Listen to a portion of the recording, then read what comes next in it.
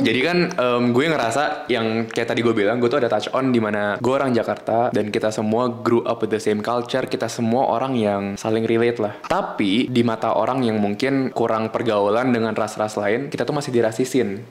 Di Indonesia, Cindo itu kadang-kadang bisa jadi nggak diklaim sebagai orang Indonesia. Kalau misalnya ada argumen gede, bisa jadi mereka bilang, balik lo ke Cina gitu kan. Lucunya, kalau kita ke Cina, kita pun nggak diklaim sama orang sono. Duina waktu itu dia pernah di Singapura, dia mau beli chicken rice, yang jual merchantnya ibu-ibu orang Chinese. Terus Duina diomelin dalam bahasa Mandarin, kayak lo muka doang Cina tapi nggak bisa bahasa Mandarin. Dan teman-teman gue yang kuliah di China juga, yang bukan di Shanghai, ya kan Shanghai international city banget, di kota-kota yang lebih kecil gitu, mereka juga ngerasa nggak diklaim gitu loh sebagai orang Chinese. Di Indonesia nggak diklaim sebagai orang Indonesia, di luar pun nggak diklaim sebagai orang sono.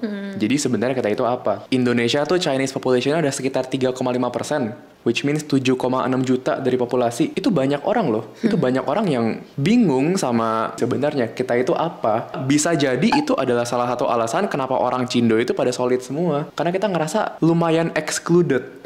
Yang saling bisa relate dengan culture kita adalah ya kita-kita sendiri. Orang kita main sama culture lain, kita dirasisin. Opini lu soal itu apaan?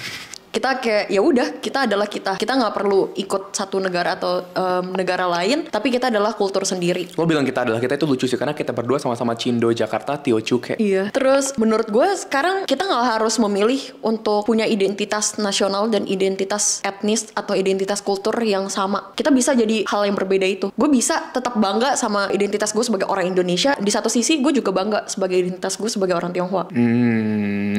Karena kita wisdom. juga sebutnya juga kita orang Tionghoa, kita bukan orang Tiongkok. Jadi Bener. kita cuman ngeklaim sisi kultur, etnis, dan social linguistiknya yang bukannya negara sebagai suatu negara. Jadi kalau misalkan dibilang kita suruh balik ke Tiongkok, gue udah gak kenal siapa-siapa di situ.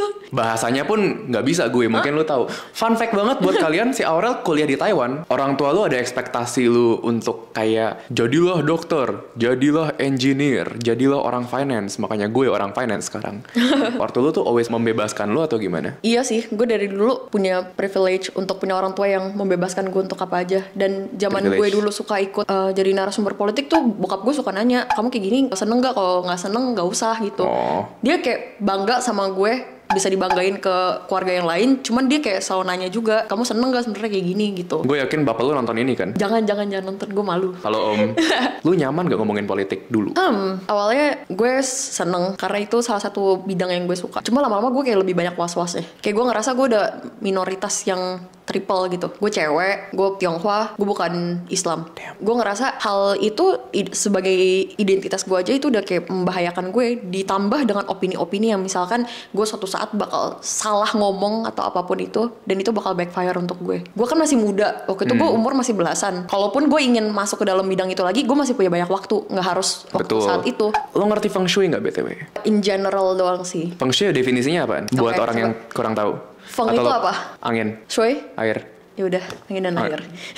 Jadi kayak orang Tionghoa tuh percaya di semesta ini ada energi yang bergerak seperti angin dan air. Di pergerakan mereka itu, kalau terhambat, hal-hal yang sekitar lu juga akan ikut terhambat. Misalkan kesehatan, percintaan, rezeki, peruntungan, itu bakal terhambat kalau energinya tidak mengalir dengan baik. Dan gimana cara bikin energi itu baik? Bisa dari tata letak, misalkan letakin bangunan di mana, terus letakin furnitur di mana, terus tanaman tuh harusnya di mana. Sudi salah tempat gak? Gue nggak tahu lagi soal tanaman. Terus warna juga. Terus habis itu pajangan-pajangan yang nge-promote aliran energi yang baik itu. Merah tuh warna hoki bukan? Iya betul. Gue pengen flex dikit nih. Jadi fun fact, LED gue bisa ganti warna. Gue ganti warna merah ya untuk video ini khusus.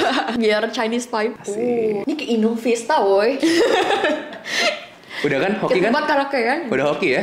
Apakah lo percaya feng shui? Gue gak percaya gue harus gini biar gue percintaan gue berhasil kayak gitu. Karena gue tiap kali mencoba hal seperti itu, toh percintaan gue gak pernah berhasil. Jadi itu gue bukannya percaya, tapi lebih kayak gue punya sense of security and control. Tiap kali gue melakukan hal-hal yang emang gue udah tahu ini bisa melancarkan hidup gue, kalau gue lakuin, gue makin ngerasa wah seneng deh gue. Orang tua lu percaya feng shui gak? Percaya yang nggak gitu percaya gitu. Misalkan lu nggak boleh tidur kakinya menghadap ke gerbang pintu luar. Karena? Katanya itu kalau orang mati di rumah digotong keluarnya tuh arahnya kayak gitu. Gue pura-pura nggak tahu sih, tapi gue tahu, gue pengen lu jelasin aja biar lebih enak ya kan, lu lebih pintar dengan daripada gue. Terus gue juga tahu tusuk sate. Yang arahnya ini. Jadi kalau misalnya ada jalanan nih lurus, rumah tuh nggak boleh di ujung. Katanya ya kan mobil ke arah sana kalau amit-amit bad luck langsung ke arah lu gitu loh, Iya. bisa nabrak. Terus kayak kalau mau kita logikin lagi kan kayak misalnya angin ke sana, debu langsung masuk gitu kan. Kan kalau misalnya di samping kan debu nggak langsung masuk. Dan yang gue tahu juga toilet nggak boleh di atas kamar tidur. Toilet itu energinya bukan energi baik.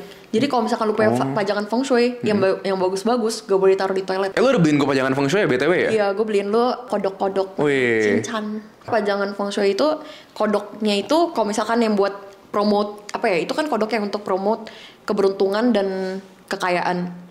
Nah, jadi kalau misalkan lu letakin, lu nggak boleh hadapin muka dia tuh keluar. Karena dibilangnya lu kayak send energi-energi itu keluar. Jadi lu harus hadapinnya ke dalam. Iya tadi si Alia baru bilang taruh kodoknya di sono biar mancarnya ke sini. Tidak ada kodok merah lagi. Hoki bro. Subscribe. Kalau menurut opini gue sendiri, feng shui itu banyak based on logic. Jadi apakah gue tidak percaya? Gue sebenarnya cukup percaya sama feng shui. Yang gue bilang soal toilet itu nggak boleh di atas kamar mandi, kamar tidur.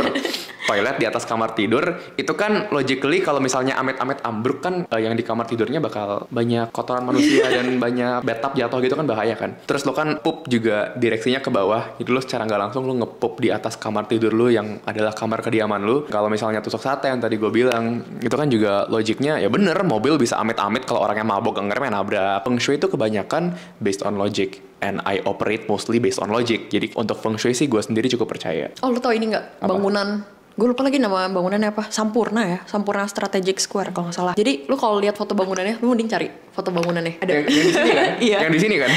Sambil gue cek ya, bangunannya ada kayak kaca-kaca bulat-bulat, lu lihat deh. Oh maksud lu yang bulat ini? Iya. Oh iya sih, Bulat. ada bulat-bulatnya sih. Itu Nah, kenapa tuh emangnya? Itu gue pernah baca, itu buat pantulin energi dari bangunan seberangnya. Bangunan seberangnya gue lupa namanya apa. Pokoknya bangunan itu banyak sudut tajamnya. Dan menurut feng shui itu sudut kayak gitu tuh nggak bagus. Jadi mereka pengen pantulin energi dari situ. Rumah gue kotak banget lagi. Studio gue banyak sudut tajam gimana gitu. dong? Biasa di rumah orang Tionghoa tuh ada yang kacanya cembung dan kacanya cekung. Kalau yang cembung itu buat dipantulin energi yang di seberang dia. Kayak misalkan rumahnya di dekat kayak perempatan jalan. Menurut itu kan kayak banyak tajam-tajam dan itu nggak bagus gitu. Jadi untuk pantulin energi dari tajam-tajam itu pakai kaca cembung. Tapi kalau misalkan dirasa energinya nggak begitu buruk, bisa diredam pakai kaca cembung. Kaca cekung tuh. Jujur masuk akal kalau misalnya orang ngerasa culture kita dan bahasa kita, kita lagi, Cindo, itu konyol karena kalau orang yang nggak pernah denger terus dikasih tau ini semua, pasti kayak what the fuck? Iya kan gitu kayak nggak kayak, jelas banget gitu. Nggak jelas banget gitu kan. Karena gue dulu nggak pernah dijelasin juga, gue kayak ngerasa ini nggak jelas banget. Ini bener-bener kayak lu ngapain sih nambah-nambah pikiran gue gitu. Setelah gue cari tahu sendiri tentang ternyata di balik itu semua tuh banyak banget arti-artinya. Gue kayak lebih appreciate aja sih. Gue kayak lebih Anjay. appreciate dan lebih wah ternyata seru juga gitu. Dan semakin banyak gue belajar, gue menggali lebih banyak hal lagi. Jadi bener kata orang kalau nggak kenal maka tak sayang. Karena dulu gue belum kenal, gue belum tahu tentang hal tersebut. Jadi gue nggak pernah sayang. Menurut gue, semoga tidak benar, culture di generasi satu di bawah kita akan mati. Kenapa gue bisa ngomong kayak gitu? Generasi kita aja sekarang yang seumuran kita, cindo-cindonya itu pada nggak mau belajar bahasa Mandarin, bodo amat sama feng shui. Kayak nggak peduli aja gitu loh. Kayak disuruh belajar bahasa Mandarin, alah ngapain, kan gue orang Indonesia. Inggris juga udah cukup. Dengan gue belajar ini, itu tidak menambah apapun ke gue. Justru makin gue memegang culture gue makin berbeda sama orang lain. Kalau itu dilanjutkan ke culture, ke generasi di bawah kita satu, culture akan bener-bener mati. And I don't know if that's a good thing or not ya. Karena dengan culture kita sudah membaur semua, that's when racism bisa hilang. Karena semua orang, regardless of your race, your origins, ethnicity, semuanya operate under the same culture. Nah, menurut lu, apakah culture akan mati? Dan kalau culture mati, apakah itu hal yang baik atau hal yang buruk? Malah gue berpikirnya di generasi kita yang namanya budaya itu bakal lebih flourishing. Menarik. Karena waktu itu gue pernah baca riset, gue lupa nama lembaganya. Pokoknya dibilang generasi kita itu generasi yang lebih socially dan culturally aware dibanding masalah-masalah teknis kayak misalkan militer dan lain sebagainya. Sekarang makin banyak anak muda lebih fokus sama masalah sosial dan kultur. Karena menurut gue yang mulai melupakan tentang kultur tuh justru bukan generasi kita, tapi generasi orang tua kita. Mereka udah mulai. Kebalik loh kalau menurut gue loh. Menurut gue orang tua kita kayak ngerasa kita harus ngelakuin hal yang lebih praktikal. Tapi di generasi gue yang gue lihat di sekitar gue, orang-orang mulai connect back to their roots. Dengan adanya TikTok dan lain sebagainya, mereka kayak punya sarana untuk ngediscover lagi tentang akar mereka. Interestingly enough, yang gue temukan di orang-orang sepantaran gue, justru dengan adanya TikTok, in a general scope, dengan adanya globalisasi, semua orang sekarang bisa memilih culture-nya sendiri.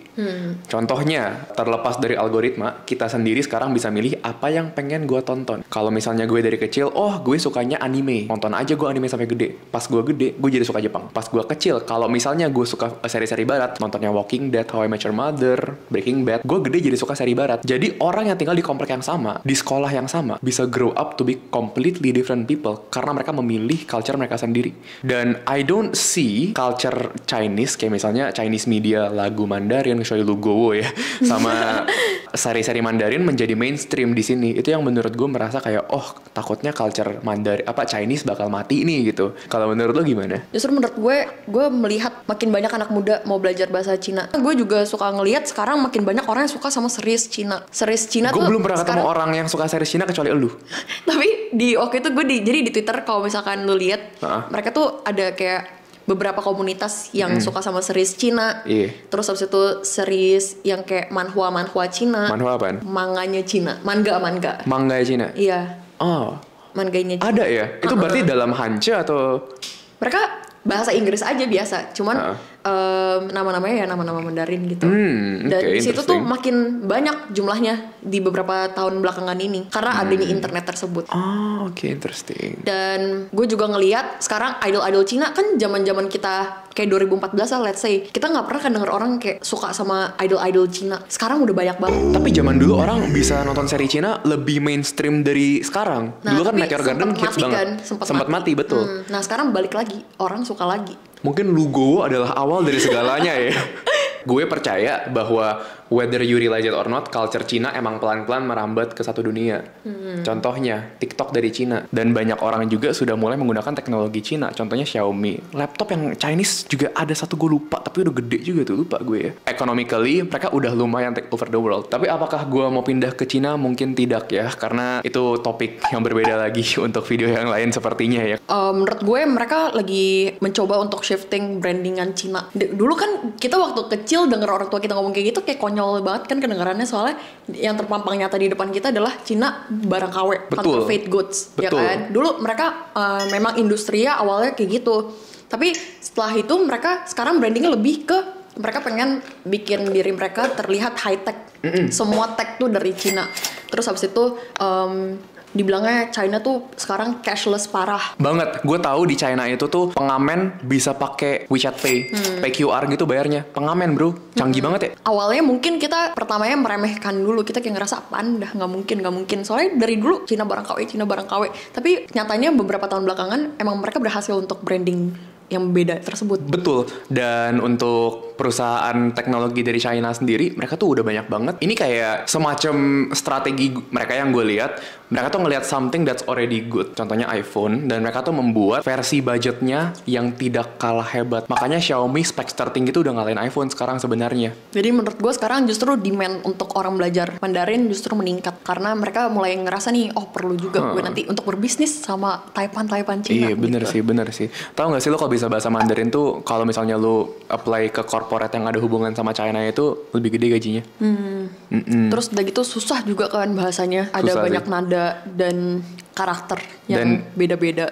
Bener. Dan di China itu tuh, ini correct me if I'm wrong ya, tapi ini gue dengar dari temen gue yang kuliah di Guangzhou, bahasa mereka saking susahnya sampai orang sendiri itu kalau yang kurang berpendidikan nggak bisa nulis. Bisa baca sorry, bodoh enggak juga anjing, kalau nulis nggak bisa baca juga nggak bisa lah. Sorry, bisanya ngomong doang, nggak bisa menulis atau membaca, which is very interesting. Bahkan mereka saking susahnya tuh, lu kalau misalkan ngelihat music video yang lagu-lagu Mandarin, mereka tuh selalu ada liriknya di bawahnya, lirik bahasa Mandarinnya. Kayak karaoke semua begitu deh, enggak ya? Enggak, yang MV-nya mereka, music video mereka, semuanya tuh pasti ada liriknya di bawah. Soalnya biar orang nggak salah tangkap, soalnya mereka kan nyanyi, nggak ada nadanya. Iya. Oh kan orang salah tangkap. Kan kata-kata Chinese kan banyak yang nadanya beda, artinya beda. Contohnya kalau dengan nada yang salah, artinya mati. Nada yang benar, artinya 4. Iya. Nah dari situ mereka jadi nulis mereka punya Hanse lirik lagunya di bawahnya biar orang nggak salah tangkap. Soalnya mereka kan nyanyi nggak ada nadanya. BTW off track dikit, tapi lu tahu nggak di Indo ada berapa sub etnis Chinese? Kalau spesifik angkanya itu belum pernah ada yang riset, cuman yang mainnya itu ada orang Hokkien, itu yang paling besar. Bahkan lingua franca di Chinese Indonesian zaman dulu tuh Medanese Hokkien. Terus abis itu ada orang Hakka atau Kek, Teochew, Canton. Terus kalau buat yang lebih kecil-kecil itu ada Hainan, orang Putian, sama orang Hokchiu atau Fuzhou. Jadi ya kalau yang tadi terakhir gue sebut itu jumlahnya tidak sesignifikan yang gue sebut awal-awal. Emang diverse banget. Biasa orang tahu cuma Cindo doang. Ternyata di dalamnya tuh banyak banget kelompok-kelompok lain. Lu nyebut orang Hokkien aja, orang Hokkien tuh nggak cuma homogen doang. Mereka ada beda-beda lagi. Ada Hokkien yang dialek Amoy, dialek Medan Penang, Taiwan, ada dialek lain. Terus Hakka juga ada dialek Hailu, ada dialek Misian. Jadi masih banyak lagi hal-hal yang di dalam situ. Gak pernah sehomogen itu. By the way, thank you banget karena gue mendapat banyak banget insight. Gue sangat-sangat kaget ya ternyata budaya gue sendiri se-diverse itu. Lu ada pengen nambahin apa-apa nggak mungkin? Pesan-pesan untuk mama dan papa di rumah. Yang pasti nonton ya. Dan teman-teman, hai semua. Dah, gitu doang. Lu berharap gue kayak kasih kata-kata mutiara gitu. Kalian bisa memetik pelajaran dari obrolan hari ini melalui obrolan yang tadi sudah kita lakukan. Okay guys, that's it for today. Next week, what can we talk about? Nama gue Joshua Kenji. Gue Aurelia Fizal. Dadah.